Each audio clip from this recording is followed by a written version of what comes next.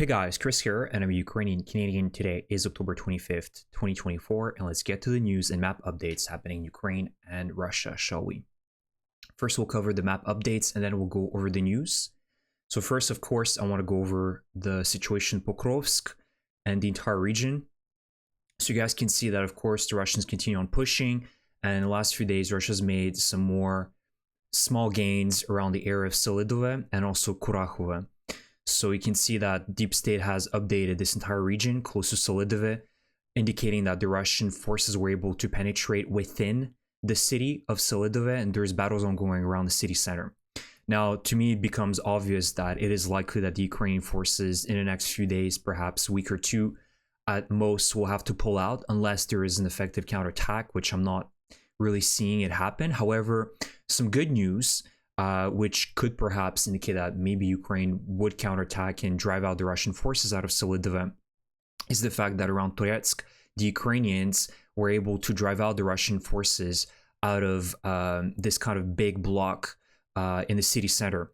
So this hasn't been updated by Deep State yet, but there's a lot of reports indicating that the Ukrainians were successful at driving out the Russians out of the city center of Toretsk. And essentially the Russians are kind of behind this main road here. So again, it remains to be seen because of course there's a difference of troops. It's still a different front line. And so from what I'm seeing, I think the Russians will be able to take Selidov, unfortunately. And so the next few weeks, we will probably be seeing the Russians start advancing closer to the outskirts of Pokrovsk. And the same situation the Ukrainian forces are facing around Kurakhivka and Kurakhove. A lot of pressure by the Russians as they continue pushing towards Selidov. They're also pushing down towards, of course, Kurakhivka, which is another very important settlement. And then it's Kurakhove, which is sitting by a huge reservoir, which will be much more difficult for the Russians to take. But of course, as they start pushing more south, and if they eventually capture Kurakhivka, it will allow them to put far more pressure on Kurakhove. This is where we've been seeing huge losses on the Russian side as they continue sending huge mechanized assaults pretty much on a daily basis, and the Ukrainians are effectively destroying them with FPV drones. But of course, when you're facing wave after wave after wave of Russian units and also their own FPV drones and also glide bombs, it's very difficult to defend against these types of conditions. So Russia is really maximizing quantity over quality here. So overall, the situation is not good for Ukraine. Ukraine constantly needs to backpedal here, but that's just the situation here. One thing I just need to put into perspective, again, because we look at these things just based on, Russia's advancing, thus they're winning.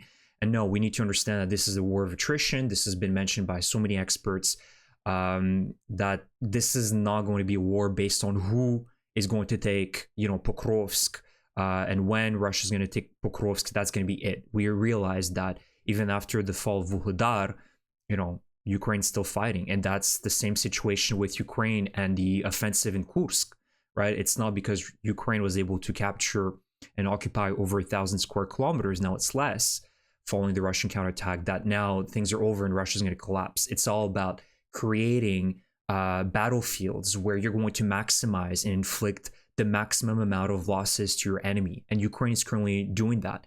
Ukraine has no other choice because it doesn't have the quantity that Russia has. So Ukraine has to maximize Russian losses. And the only way they can do that is through defense, right? If Ukraine was to do a huge counteroffensive of its own in Donbass, you can imagine what type of resources and losses Ukraine would incur doing so. I've already mentioned in the past that it would be impossible for Ukraine, militarily speaking, going defensive and expect Ukraine to regain the entire territory of Donbass. It would just take an astronomical amount of resources for Ukraine to achieve this task. Imagine the millions of bombs and shells and the hundreds of tanks, if not thousands of tanks, Ukraine would have to expand to retake Donbass. It's just not going to happen. So Ukraine needs to maximize Russian losses. And just to give you kind of a perspective, in the past year since Russia started this offensive in Avdiivka, let's remember that in early October, this is where Russia started really pushing hard towards Avdiivka. And so OSINT sources are now giving us a ratio of 5-1 for Russian losses. So that means that since October of 2023, Russia, in this front line alone, in the Avdiivka and Pokrovsk, have lost 1,920 armored vehicles, various types, tanks, BMPs, APCs, small low APCs as well. And Ukraine lost 393 armored vehicles. So that brings us to a ratio of 5-1. And so that is really great ratio that Ukraine is able to pull out because Ukraine is on the defensive here, and Ukraine is trying to find ways that they can inflict maximum damage. And whenever Russia faces urban combat, it's just extremely much more deadly for them compared to for Ukraine. Now, the only problem that Ukraine is really facing is really glide bombs. And this is one thing that's been a really big game changer for the Russians, is the fact that they've been able to just drop, hundreds of glide bombs every month on Ukraine positions. And that's really making a huge difference for the Russians, that they're just level entire villages and cities with these glide bombs. And then they're just moving, continuous assault units that assault Ukraine positions. And that eventually allows them to take these villages through just sheer destruction of the entire environment. But overall, that's how Ukraine is going to be able to win this, is by just constantly inflicting maximum casualties on Russia and its military. So that's the situation around Donbass. Again, we need to expect more Russian advances as they still have the initiative on this front line. You can see some small gains as well around the area north of Vuhledar. Now you can see the Russians are pushing heavily towards Bohoyavlenka, and also along this entire complex of villages and cities after Konstantinivka. So that is also more northeast of Vuhledar. So that's the situation for Donbass. Additionally, if there's one more update I need to give you guys, is for Kursk.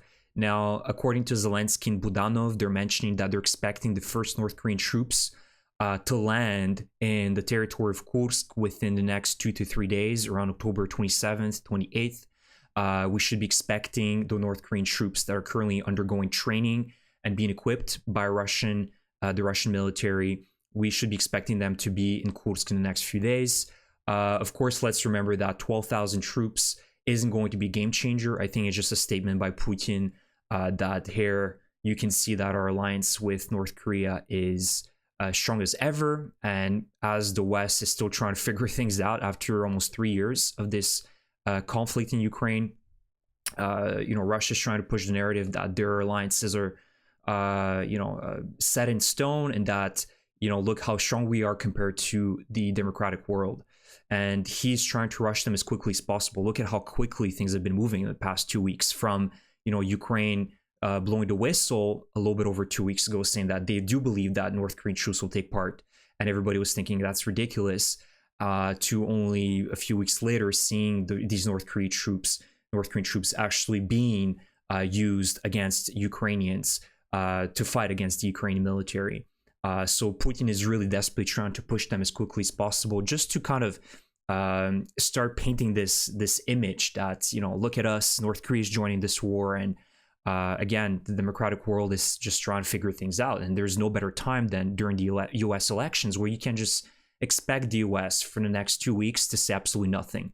Right now, the US confirmed that indeed they do see North Korean troops actually being used by Russia, and that they will probably take part in this conflict. They still don't know how and when they're going to be utilized and how they're going to be utilized. But you guys know already that the US knows everything, right? They even know when Putin goes to the washroom.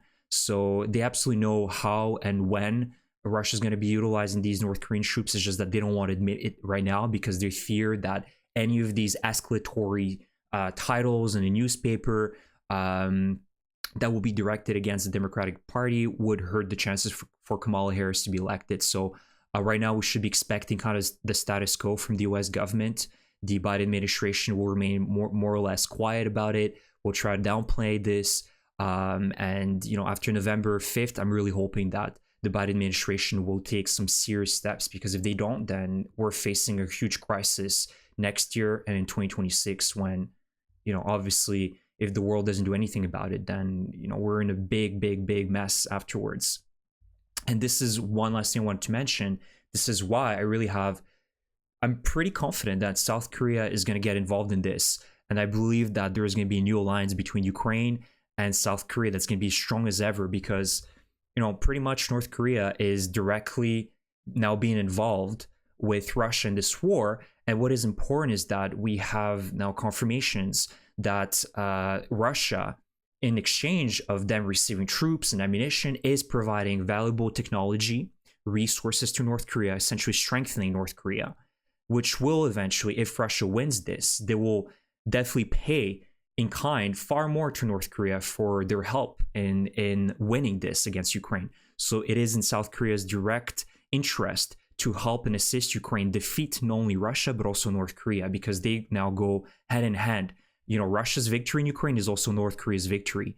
And so this is why I really believe that South Korea in the next few months will start providing not only just, you know, as I've mentioned in my previous video, officers and agents that will help the Ukrainians in interrogating North Korean troops and assisting them with perhaps tactics that North Korea is going to be utilizing on the front line, but also resources and weaponry.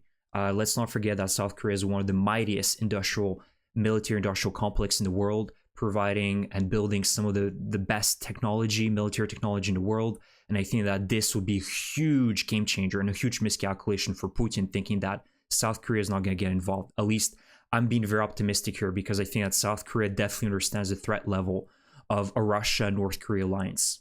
So you guys can let me know what you think in the comment section, but this is just a brief little summary of what's going on in Kursk and also in Donbass right now. So now I wanted to cover a few updates on the slides. So let's get to the slides. First of all, some good news with regards to Ukrainian pilots. We got confirmation that there's close to 200 Ukrainian pilots that are now undergoing different stages to become F-16 pilots. The title might be a little bit misleading. Ukraine doesn't have right now hundreds of F-16 fighter pilots ready to fly them. This is just part of a multi-stage plan for Ukraine pilots to eventually get there. So right now, it's been confirmed that 8 more Ukraine pilots graduated from the UK-based Royal Air Force Elementary Flying Training Program, bringing to a total of 200. So this is the first phase of a 3-stage program led by the US, Denmark, and the Netherlands. The graduates would then proceed to more advanced training on different jets before transitioning to the F-16s at Romania's European F-16 Training Center, meaning that we're still a long road ahead from having hundreds of Ukrainian pilots flying these F-16s and other 4th-generation fighter jets. But this is still going to be a huge game changer in a year or two, when Ukraine is definitely going to receive more F-16 deliveries and Mirages and other fighter jets, maybe even the Swedish Gripens. And we know that air superiority is absolutely paramount and important to stop Russia's advancements in Donbass, especially with the glide bombs that have been very effective. Ukraine needs to not only destroy Russian fighter jets, but also destroy the military airfields. And you need F-16s and other different multi-role fighter jets to be able to destroy Russian military airfields on Russian territory. So this is eventually going to really help the Ukrainians beat the Russians, hopefully. The other news, which is excellent news, and this is something that was predictable, is that a few months ago, the Russian central bank raised the key interest rate at 19%. I believe it was in July or end of July. And now today, the Russian central bank has no choice but to raise it again to 21% amidst massive inflation within Russia. And you guys can only imagine the real interest rates that actual Russian banks are giving for mortgages, car loans, business loans, etc. It's definitely not going to be 21%. Some of them might be 25%, 30%. So this is a huge deal within Russia, only raising prices even higher, as the inflation is going higher. And we can expect a huge economic collapse in the not so distant future. Again, when that's going to happen, I don't know. I can tell you guys, could be in a year, could be in 5 years. We know the Russians are resilient. This is something that we need to admit. I'm hoping that this is going to be as quick as possible, but we know that the Russian central bank won't have the choice but to continue raising the key interest rate, because the Russian state continues on spending massive sums of money on supporting its military, just driving a very hot economic market within Russia with regards to military spending. So this is just going to mean that the Russian central bank probably in December is going to raise it again. I wouldn't be surprised, or in November as well. So this is excellent news for all of us, because we're already seeing that in 2025 things will become extremely critical within Russia, without a doubt. And also the bonds within Russia have started dropping. The bond prices have started dropping. So this is also a huge sign of a very bad sign for Russia as well. Now, last but not least, let's talk about Elon Musk, because now we just got a confirmation that he's not just a useful idiot. We know that Musk is pro-Russian. There's been multiple instances where he's proven himself to be a Russian asset, but it's not just Musk being a useful idiot. It's been confirmed that he's actually working alongside the Kremlin, talking with them, and this is apparently concerning to the United States, which is, the least they could say. So Elon Musk has been reported to be having ongoing conversations with Putin ever since late 2022, according to the Wall Street Journal. The Ukrainska Pravda, if you guys may remember, last year reported that Musk was directly involved in cutting the signal of Starlink terminals that were being used by the Ukrainian forces to conduct an attack in Sevastopol, in the bay, where Russia had during that time stationed multiple large vessels of the Black Sea Fleet. And he decided to cut off the connection so Ukraine would not have a successful operation there. Let's also not forget, I remember that post on Twitter ever after Elon Musk purchased Twitter in October, I believe, 2022, so 2 years ago. He posted this beautiful tweet mentioning or presenting his plan for peace. So you can see that there's definitely some Putin influence here, and you could see that this was directly from a conversation likely that he had with Putin. He mentioned that essentially for peace to happen, we need to redo the elections of annexed regions under UN supervision. Russia leaves if this is the will of the people. Crimea, formerly part of Russia, as it has been since 1783 until Khrushchev's mistake. This is a huge, kind of giveaway that this was definitely influenced by Putin, because, what does Elon Musk know about history? Water supply to Crimea assured. Again, what does Elon Musk know about the supply of water issues within Crimea? This is directly something that might have been said by Putin during the conversation. And Ukraine needs to remain neutral. Of course, this is one of the key lines from the Kremlin. They're always talking about, if we want a true agreement and truce with Ukraine, Ukraine must remain neutral. So you can definitely see that, this is not just an allegation. This is actually really true. And of course, Musk is in a unique position. Let's not forget that he is leading not only Tesla, but SpaceX, Starlink. He is the CEO of these major companies within the United States. And this is definitely concerning to American officials, because with this significant business links to the US military and intelligence communities and his access to sensitive information, and then you're talking with the Kremlin directly and Putin, this is definitely concerning. And if there's one thing that we need to give credit to the Kremlin, is that they've always been good at turning people to their favor. You just have to look at the example of the Cambridge Five during the Cold War, where they were able to turn a bunch of British spies against Britain and the collective democratic world. And this is one of the very strong suits of the Kremlin, is that they're able to infiltrate within the democratic world and turning people against their own governments. And Elon Musk is just one of those people, along with Trump and many other, that are working against the interests of the United States. So he's a sellout and definitely a threat to the US national security. So this is some food for thought to my American viewers who will be voting in the next few days. Elon Musk is directly supporting Trump, and Trump said many times that he's very good friends with Putin. So does that really make you want to vote for Trump, knowing that he has very close ties to the Kremlin, and the Kremlin directly is talking about them trying to destroy the United States and the democratic world? So you guys can think about it, but that's the update for today. I hope you enjoyed my video. Again, in the description below, I will leave a link towards the Rusoriz drone fund. So if you guys want to be directly involved in helping the Ukraine military eliminate Russian occupiers, you can do so, and I will provide the link below towards a very, very effective drone fund. And thank you so much for your support. Slava Ukraini!